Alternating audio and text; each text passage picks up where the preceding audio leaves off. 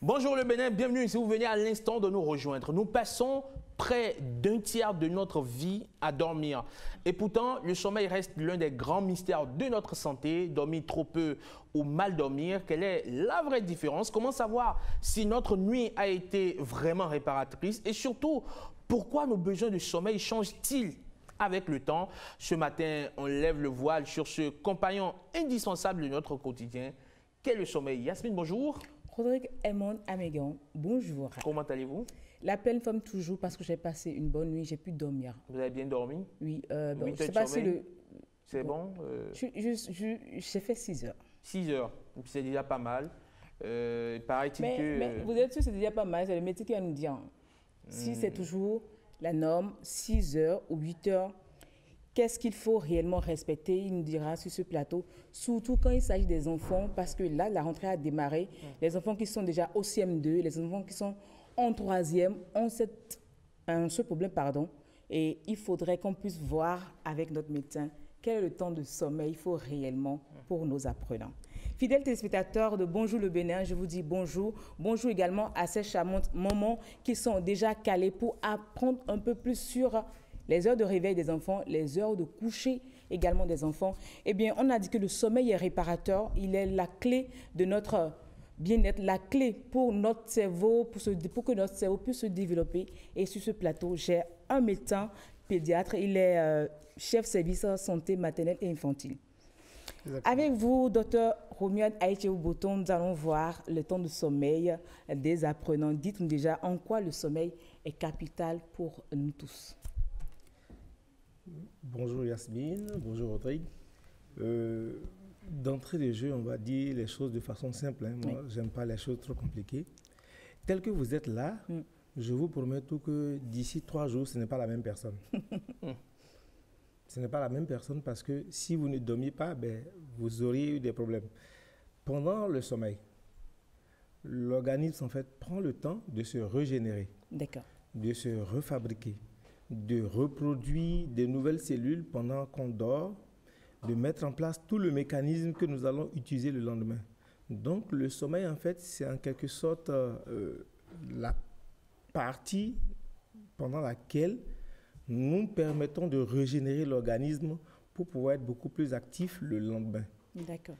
Et le sommeil dure environ 4 phases. Sur 4 phases, il y a une phase lente, une deuxième phase lente, une phase profonde, et c'est pendant cette phase profonde que l'organisme en fait met tout en place, met en place également le système immunitaire, et ensuite la phase paradoxale pendant laquelle elle traite les informations de la veille. D'accord. Traite, elle range, elle met tout dans les tiroirs, et donc c'est vraiment le grenier, quoi. Il range tout, il positionne tout, il dit bon, mais là maintenant tu es prêt, et après la phase paradoxale, on se réveille, on dit ok, on est prêt pour affronter une nouvelle journée. Et donc s'il n'y a pas ce traitement d'information, s'il n'y a pas cette régénérescence des cellules, s'il n'y a pas ce regain du système immunitaire, je vous promets tout que si on vous empêche de dormir, au bout d'un certain temps, vous allez commencer par tomber souvent malade. Vous allez commencer par vieillir un peu plus vite. On devient des zombies en quelque sorte. Voilà, et vous allez commencer par voir en fait que comme vous n'avez pas traité les informations et rangé les informations, vous allez commencer par oublier un peu plus vite. Voilà, et donc c'est le sommeil en fait qui nous permet à nous tous de bien vivre en fait. C'est la partie pendant laquelle nous sommes ce que nous sommes. Est-ce qu'il existe une durée? Parce que tout à l'heure, entre Rodrigue et moi, on était en train d'échanger, on se disait 6 heures, 8 heures de sommeil. Est-ce qu'il y a une durée exacte, surtout quand il s'agit des enfants, exacte pour le temps de sommeil? Alors, je vais vous sortir un nouveau concept. Tout le monde se rue sur la durée du sommeil. Oui. C'est tellement intéressant, ça m'amuse quand je vois les gens parler de la durée. Oui, c'est vrai, il y a des durées. Par exemple, chez les enfants, à partir de l'âge de 3 ans, c'est 10 à 13 heures. À partir de l'âge de 6 ans, c'est environ 8 à 10 heures. Et puis, un peu plus chez les grands, les adolescents, c'est 7 à 9 heures. Mais le plus important, ce n'est pas la durée. C'est la qualité du sommeil. Pas seulement la qualité. C'est les 4 étapes. C'est l'endormissement.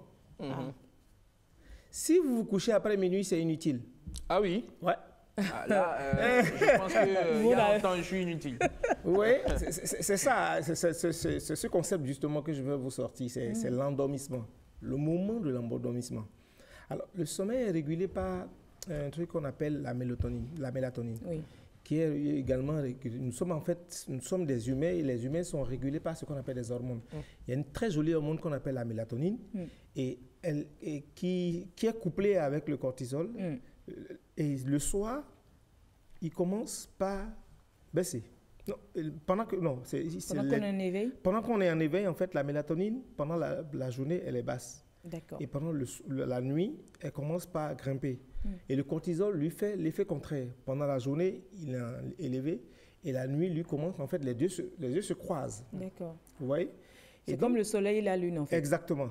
Et donc, du coup, la mélatonine, pendant qu'elle monte, elle arrive à son pic entre 2h et 3h du matin. Et donc, quand elle arrive à ce pic-là, c'est en ce moment on est dans le sommeil profond. Et je vous ai dit tout à l'heure que le sommeil profond, en fait, c'est lui qui permet de pouvoir réparer. Et donc, du coup, si vous dormez après minuit, du coup, vous perturbez, en fait, votre production de mélatonine. Oui. Donc, du coup, vous n'avez pas un sommeil profond, puisque vous allez faire la première phase, ensuite de faire la deuxième phase, et vous ferez la troisième phase après le pic de la mélatonine. Et donc, ça ne servira plus à rien. Donc, 4 heures, 5 heures, c'est ça? Voilà, vers 2 heures, 3 heures du matin. Et donc, vous pouvez avoir un bon temps de sommeil, c'est-à-dire 7 heures à 9 heures, comme on l'a dit, de façon idéale, mais avoir un très mauvais sommeil. Donc, le plus important n'est pas de dormir 7 à 9 heures, comme vous l'avez dit tout à l'heure, mais le plus important, c'est de dormir avant minuit. Alors, et pour ces personnes, je me permets de poser cette question, pour ces personnes qui sont amenées à travailler la nuit, il y a des gens qui travaillent qui font des gardes de 23h à 8h. C'est à 8h, ils descendent, ils se reposent la journée. Et c'est là leur quotidien. Est-ce que ces personnes-là vont mourir vite ou ne dorment pas? Voilà. Comme nous les médecins, en fait, l'organisme, quand elle se rend compte que tu prends une habitude sur le long terme, elle se réadapte. Et pendant cette phase-là, elle essaie de régler la production. Mais le gros problème, c'est que si ce n'est pas dans une certaine routine, vous risquez de perturber l'organisme. Quand vous prenez une habitude, il faut que vous la gardez dans une certaine routine, de sorte que l'organisme se dise « Ah, attention, à tel moment, il fait ceci. » Donc, du coup, si par exemple, les gardes, c'est tous les 2 jours, il dit « Ok, tous les 2 jours, je dois peut-être produire les hormones de telle façon. » C'est tout un mécanisme. Je dis souvent, le créateur de l'organisme, c'est un génie. C'est le plus grand génie du monde parce que avoir mis en place tout ce mécanisme pour pouvoir réparer, pour pouvoir s'adapter, pour pouvoir moduler, pour pouvoir ainsi de suite, c'est tout un mécanisme qui se met en place. Et donc, du coup, il faut que ce soit routinier. C'est pour ça, par exemple, par rapport aux enfants, je dis souvent, créer des routines.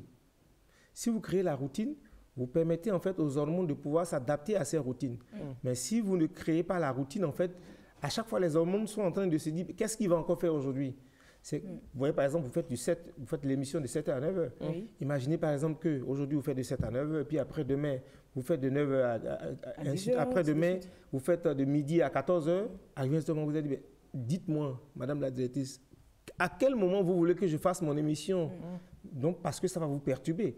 Vous êtes obligé de vous réadapter à chaque fois. Vous revenez ce matin, on dit non, c'est à 15h votre émission. On dit, mais je me suis préparé de 7h à 9h. Donc, c'est la même chose. Pour l'organisme également. Voilà. Et pour les personnes qui... Et si on suivait ce petit élément, parce qu'il y a des enfants qui ont donné leur avis sur leur temps de sommeil, à quelle heure ils dorment, à quelle heure ils se réveillent, pour qu'on puisse voir avec eux déjà comment corriger cet état de choses. D'accord. On y va. Je suis un élève en classe de 4e, je dors 3 heures, en 3 heures de temps. Moi, je suis en classe de 3e. Je dors au moins pendant 2 heures de temps pour me réveiller, pour rafraîchir ma mémoire, pour bien apprendre les cours. Je m'appelle Aquaron Larissa. Je suis en classe de 3e, même 9, à Soyerouiko. Bon, à la maison, on fait les prières à 0h, donc je me couche à 0h et je me lève à 5h. Dans la journée, dans l'après-midi, je me couche à 14h. Pendant les vacances et je me lève à 15h. Je m'appelle Sonny Otavia, je suis en classe de 4e au Soyerouiko. Alors tu dors combien de temps dans une journée? Parfois, les soirs, je dors vers 23 heures comme ça. Je me réveille à 6 heures. Et pendant la journée, je ne dors pas. Parce que je pense que si je dors la journée, Je commence pas à avoir les maux de tête. C'est pour ça que je ne dors pas pendant la journée. Je m'appelle Asila Marion Rebecca. Pour se réveiller tôt, on se couche déjà à 20h. Et si on réveille vite, on révise les cours. À midi, on se repose. Si on quitte à l'école à 13h, on se repose jusqu'à 14h, on part. Maman peut te réveiller à 5h et tu vas réviser tes cours.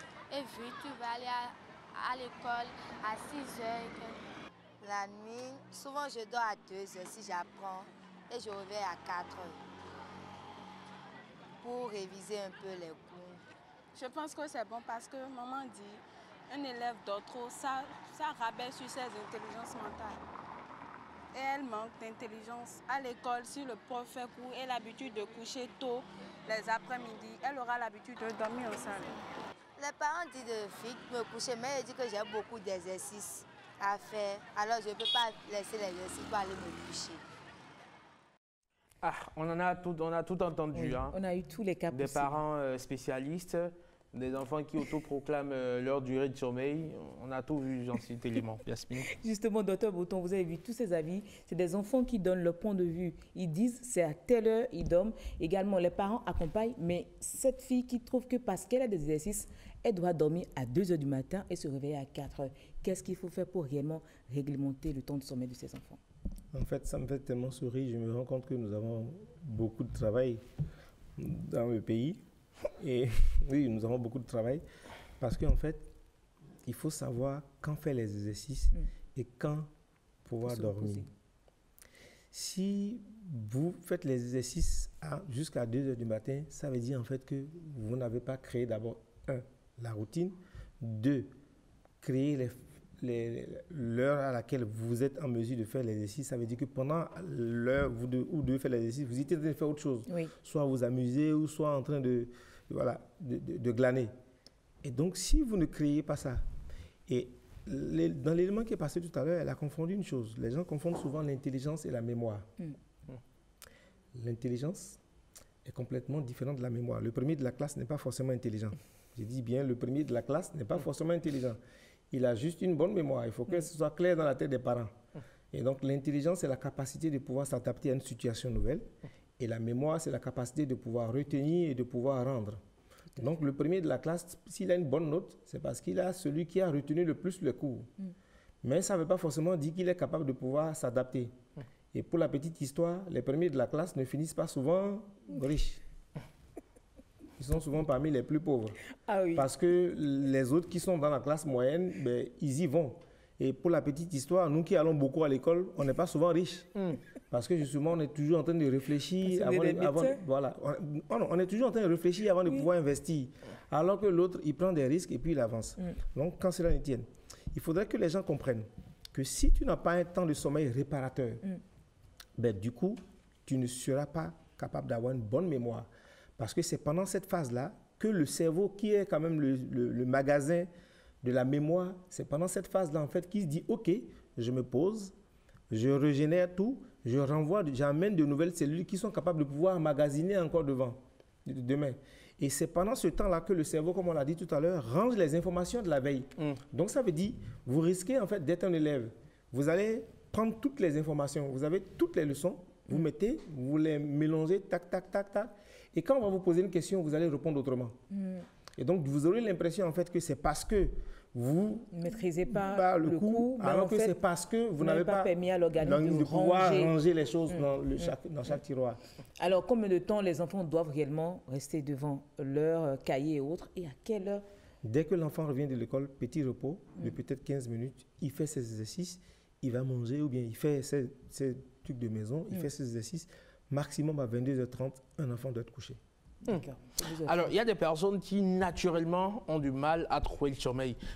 Au-delà d'une heure, 2 heures, parfois même voire 3 heures du matin, naturellement, ils ont l'insomnie. Est-ce que ces personnes sont malades? Alors, je vais vous dire quelque chose. Le naturellement que vous devez dire, ce n'est pas vrai. D'accord. Naturellement, en fait, à cause de ce qu'on appelle l'habitude de vie. Si vous avez une habitude de vie de merde, excusez mon mot, pas saine, pas du tout saine, du coup, vous perturbez la mélatonine et le cortisol. Pareil, le cortisol, lui, c'est lui qui nous permet de nous maintenir et la mélatonine qui nous permet de pouvoir dormir. Vous voyez? Et donc, du coup, si vous êtes souvent stressé, vous êtes souvent angoissé, vous êtes toujours en train de courir à gauche et à droite, vous n'avez pas une sorte de... Et ça, si vous allez, par exemple, chez les Japonais, et j'aime bien cette culture-là parce que c'est les gens, ils ont ce qu'on appelle les 5 S. Si, par exemple, même dans votre bureau, si le bureau n'est pas bien rangé, l'espace où vous dormez n'est pas bien aéré, la chambre n'est pas ceci, tout est mélangé, vous allez voir, vous aurez une mauvaise qualité de sommeil. Parce que en fait, tout est mélangé en fait, donc du coup, le cerveau a du mal à pouvoir récupérer derrière. Il faut faire ce qu'on appelle le feng shui. Voilà, il faut faire ce qu'on appelle la règle, ranger, standardiser, et voilà. Tout doit être vraiment de sorte en fait que vous rentrez dans une sorte de routine et que vous puissiez en fait éclaircir le cerveau pour qu'il puisse vous permettre d'avoir un sommeil générateur. Merci beaucoup, docteur Romien Daïtché-Bouton. Je précise que vous êtes médecin pédiatre des armées et chef service santé maternelle et infantile. Fidèles téléspectateurs, vous avez compris également ce qu'a dit le médecin. Le sommeil est réparateur et pour réellement avoir une bonne santé, une bonne hygiène de vie, respectez les heures de sommeil. Dormez tôt pour mieux dormir et bien vous réveiller. Pas seulement les heures de sommeil, surtout le moment de l'endormissement. C'est ça. Voilà. Le moment de l'endormissement. Le moment de l'endormissement.